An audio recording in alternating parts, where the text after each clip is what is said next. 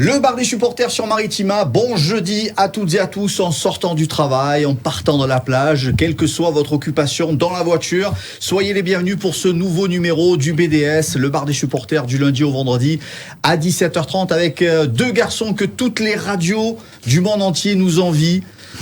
Monsieur Jacques Bail, monsieur Steph Martin, salut les frérots. Salut les amis. Ça va Jaco? Ça va impeccable. Salut Steph. Salut les copains, les amis, les auditeurs, les auditrices, et une bonne journée à tous. Alors au sommaire du BDS de ce soir, bien sûr, la suite du mercato marseillais, l'arrivée de Jonathan Rowe en provenance de Championship anglaise, visite médicale et puis on l'espère la signature dans la foulée pour compléter un petit peu cette attaque marseillaise sur le côté gauche, mais pas que. C'est ce que nous dit Karim, puisqu'il est il peut occuper tous les postes en attaque. Messieurs, Jonathan Rowe, nouvelle recrue marseillaise, est-ce que ça vous plaît ou pas? Ah ben bien sûr que ça me plaît. Moi je ne le connaissais pas, comme je disais à Karim, j'ai quand même regardé pas mal de vidéos.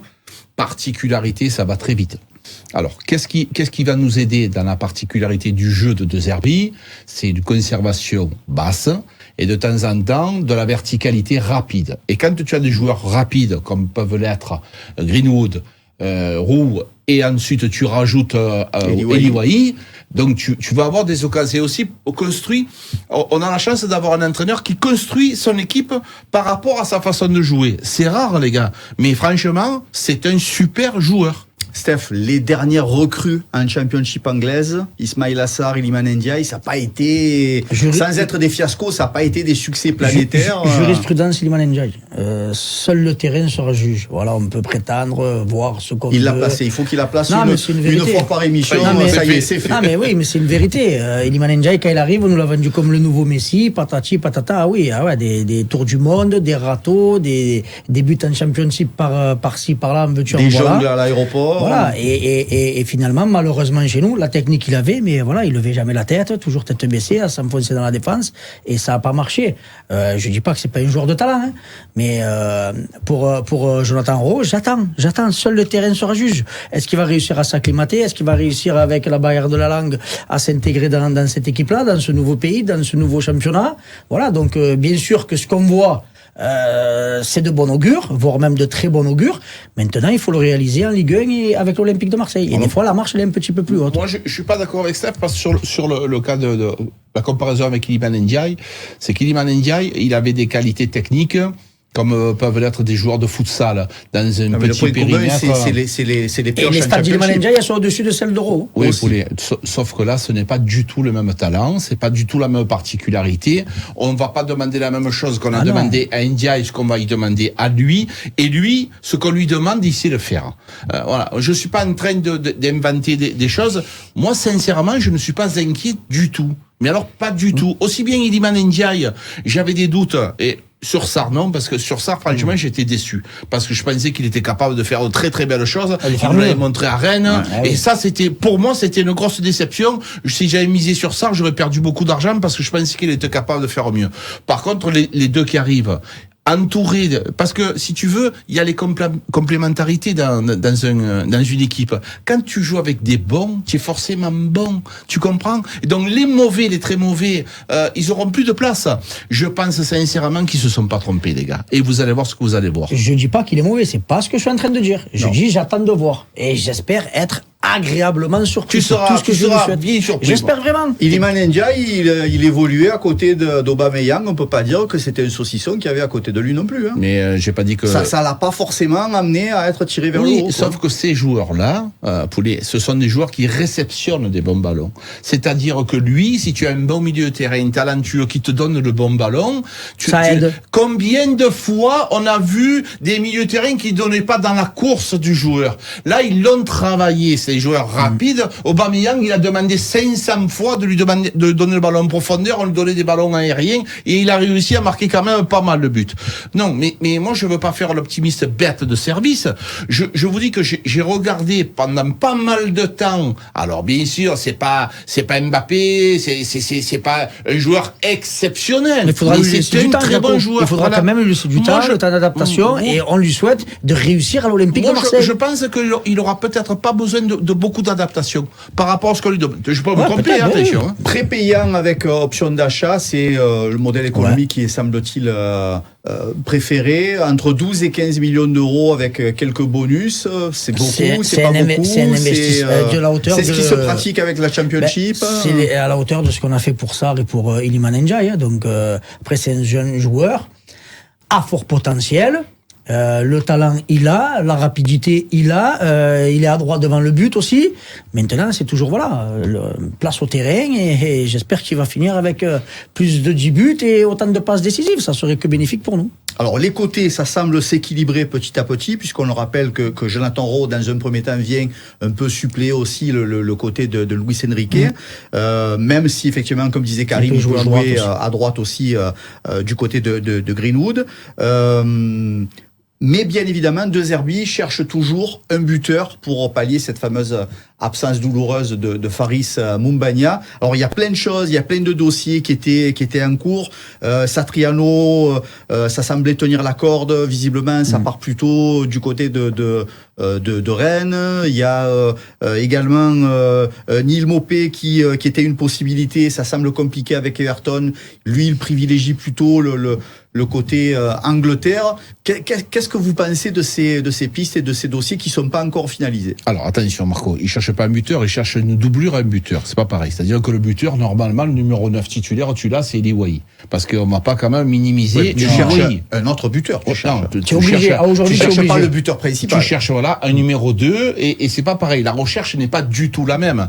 Tu l'as payé quand même assez cher, Eli Wahi. Tu mettras beaucoup moins d'argent sur le deuxième numéro 9, quelqu'un qui va jouer et qui, quand il arrive, normalement, c'est pour pallier les absences de Eli Wahi. C'est ça au départ. Hein. Donc voilà, il faut mesurer et la chance que l'on a d'avoir Eli Wahi. Peut-être que tout au long de la saison, le numéro 9 qui va arriver, il va très peu jouer parce qu'Eli Wahi va faire une superbe saison et tu pourras pas le sortir.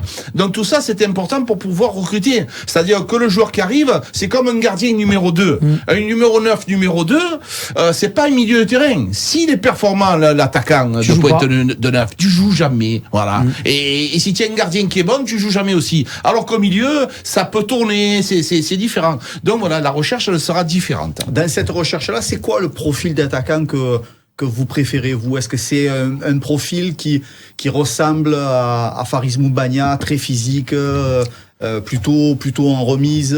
Je pense que c'est sur ce style de joueur-là qu'on risque d'aller, parce qu'il était très satisfait de la préparation de Moumbagna, Roberto De Zerbi, et parce que ça lui donne aussi la possibilité de jouer dans un autre système de jeu devant. Quand tu n'arrives pas à sortir rapidement le ballon, comme le disait Jacques tout à l'heure, dans la verticalité ou quoi, des fois, il faut savoir aussi, quand tu es un peu trop pressé, envoyer des longs ballons, et c'est clair que d'avoir un attaquant avec un peu de prestance, de gabarit, qui va embêter les défenses adverses et qui va pouvoir jouer en pivot et en remise de la tête, ça te donne d'autres cordes à ton arc. Donc je pense plus un joueur avec un gabarit atypique qui est puissant devant. On parlait aussi à un moment donné pour cette recherche d'attaquant central du joueur de Braga, Banza. Est-ce que c'est quelque chose qui vous plairait? Parce que là, autant dans un premier temps, il semblait rester à Braga, là on dirait que les lignes commencent à bouger, on compte pas forcément autant sur lui, donc il y a peut-être des portes qui s'ouvrent. Est-ce que Banza, c'est quelque chose qui te fait envie ou pas? Oui, pourquoi pas, sauf que le Portugal, ça fait quand même plusieurs fiascos chez nous. Donc moi je pense que ça va être difficile de cocher toutes les cases.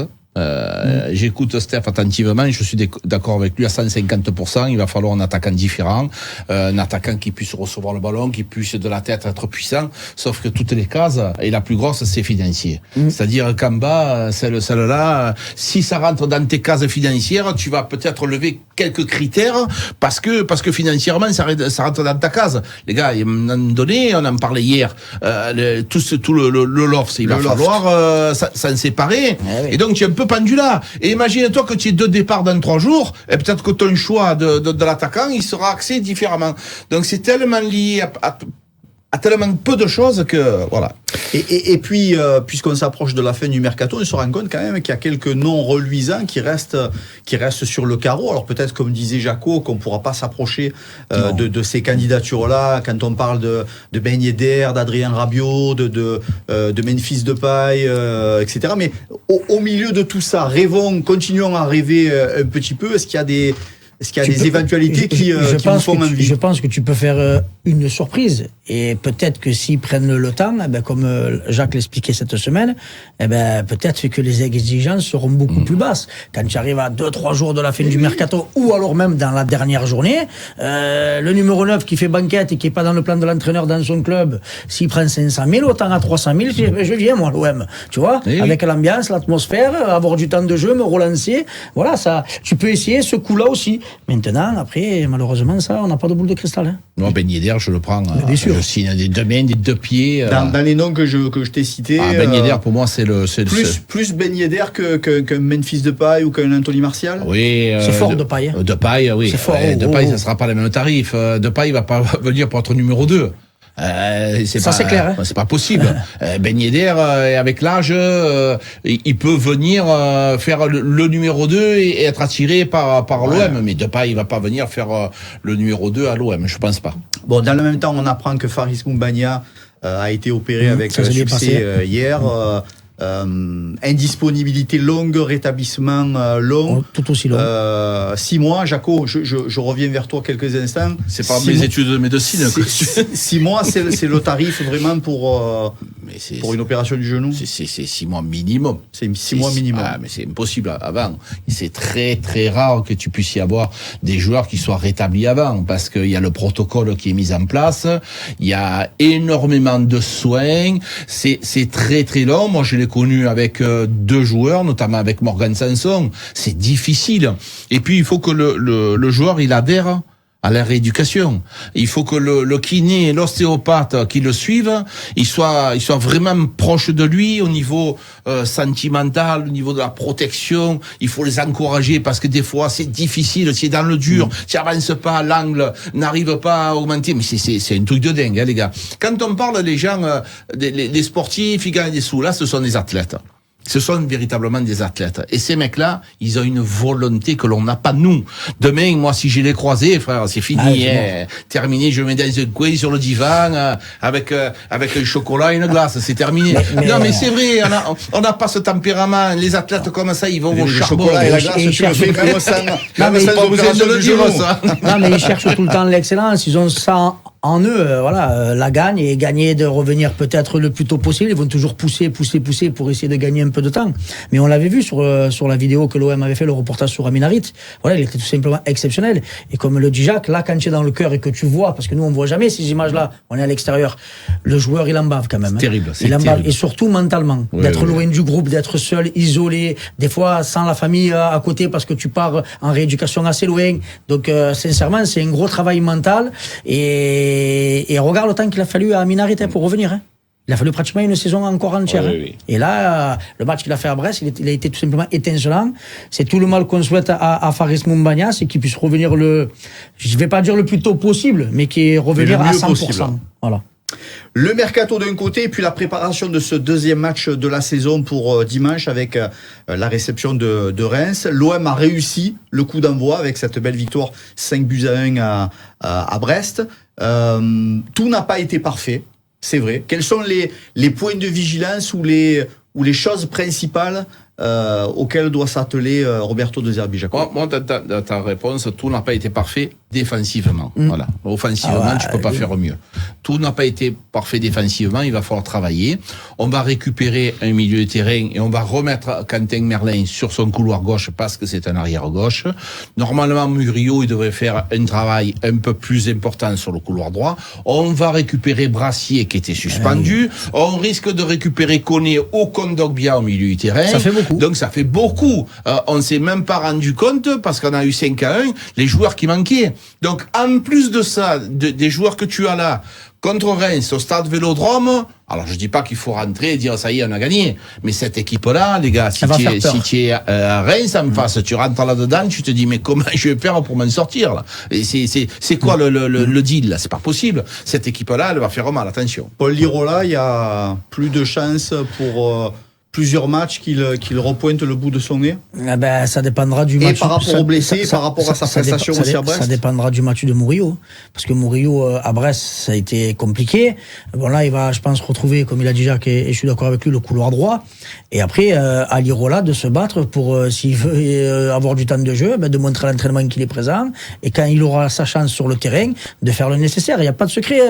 Le monde professionnel, c'est un monde difficile où lui, le titulaire, il veut pas que tu prennes sa place. Donc c'est à eux à se tirer la bourre et ça sera que bénéfique pour l'Olympique de Marseille. Jaco, tu t'es enflammé chéro samedi pour ce premier match. Est-ce que tu es... on le manquera pas, je te le dis. Est-ce que tu es descendu de cette enflammade ou est-ce que tu es toujours dans ton feu de cheminée? Mais je suis pas fou quand même. Enflammade, mais plus qu'enflammade. Je m'enflamme pour Reims. Et il me manque la plupart de mes joueurs. Tu t'enflammes pour une côte de bœuf. Alors, imagine pour le mercato marseillais. Mais là, avec les joueurs qui vont venir te renforcer, que je viens de te citer, contre Reims au Vélodrome, si je suis pas enflammé, c'est que je suis un malade mental. Je vous dis sincèrement, cette équipe-là, il y a rien à craindre contre Reims. Voilà. Cette équipe, elle a du talent. Moi, il faut que tu arrêtes avec ces phrases-là. Non, j'arrête si tu veux. Parce que tu as été un chat noir très régulièrement l'année dernière, dans les pronostics. Et chaque fois que tu l'as dit, j'ai été mesuré, moi, tu vois. Il faut que tu veux que je te le dise? Tu veux que je te le dise? Dans les résolutions, il faut que tu arrêtes avec ces phrases-là. Mais l'année passée, on était obligé de se mentir, les gars. Il y avait rien. Il est trop fort. C'est un acteur. C'est un acteur, ce Jaco. Il y avait rien la saison passée. Tu le sais, demande-lui à Steph. On le sait, on regardait des fois, c'est pas possible. C'était dur. Là, les gars, mais vous avez vu les joueurs que l'on a? On va comparer à la saison dernière. Non, même le gardien, on en parle du gardien, parce que là, on parle des joueurs de champ. Mais le gardien que tu as, c'est totalement différent. Tu as gagné 5-1 grâce aussi à Rulli, qui arrête un penalty, qui fait des arrêts à l'horizontale merveilleux. Tu es un balerdier en pleine bourre, mais pourquoi tu voudrais que ça se passe mal? Quand tu as des joueurs talentueux, ça se passe bien. Quand tu as des équipes comme le Real Madrid, contre Paris Saint-Germain, contre Manchester City, tu crois que les gens ils se font du souci? Nous, on n'est pas à ce niveau-là, mais on a des joueurs de talent et il va falloir les massacrer à Reims. Et on va les massacrer. Steph, est-ce que tu es sur le même brasier que Jaco? Toi, le pessimiste de service. Je suis pas pessimiste. Non, je suis pas pessimiste. J'essaye d'être le plus réaliste possible. Il y a des choses que tu te dis, ce qu'on a vu face à Brest, c'est costaud. Reims a pris une rouste au premier match de championnat. C'est à domicile, stade archi comble. Les joueurs sont vraiment en confiance avec la prestation qu'ils ont fait à Brest. Sincèrement, moi, je vois...